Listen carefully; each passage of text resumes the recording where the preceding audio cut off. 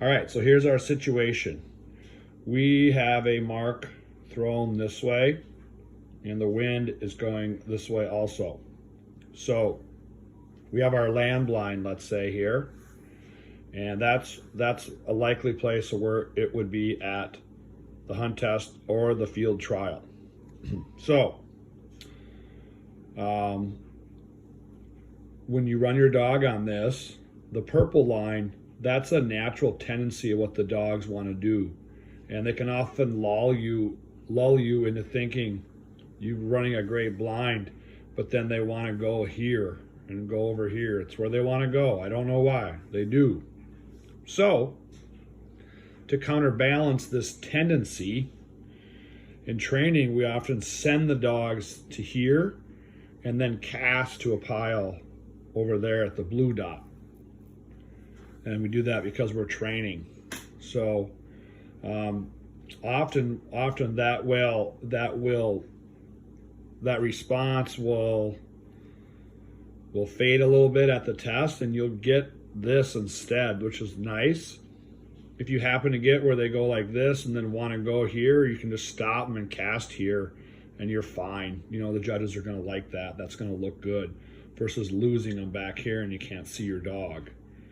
So that is one bit of advice for training for these type of deals. I will add this could be the same if this was a point on water and the wind was here. Same thing where dogs want to go behind that point, and you could set up training like this where you send them in there and then 45 off out into the wind, out into the water. So anytime you have a natural tendency of a dog that isn't what you want, you should counterbalance that natural tendency in training. The one thing I forget to mention, this kind of training, which is more advanced type training, if you haven't done the proper basics and transition training, like your fundamentals are weak, all this advice just doesn't even matter. So hopefully you've done all the boring important stuff real thoroughly and you have a balanced dog.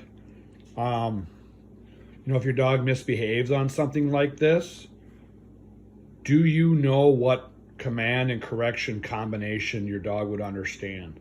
No one should want to correct a dog out in the field training.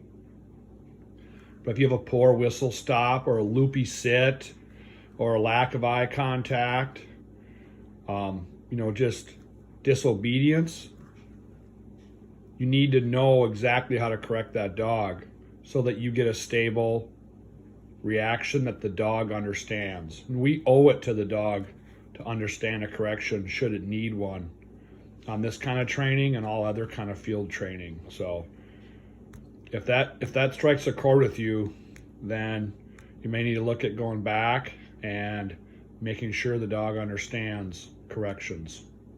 Thank you.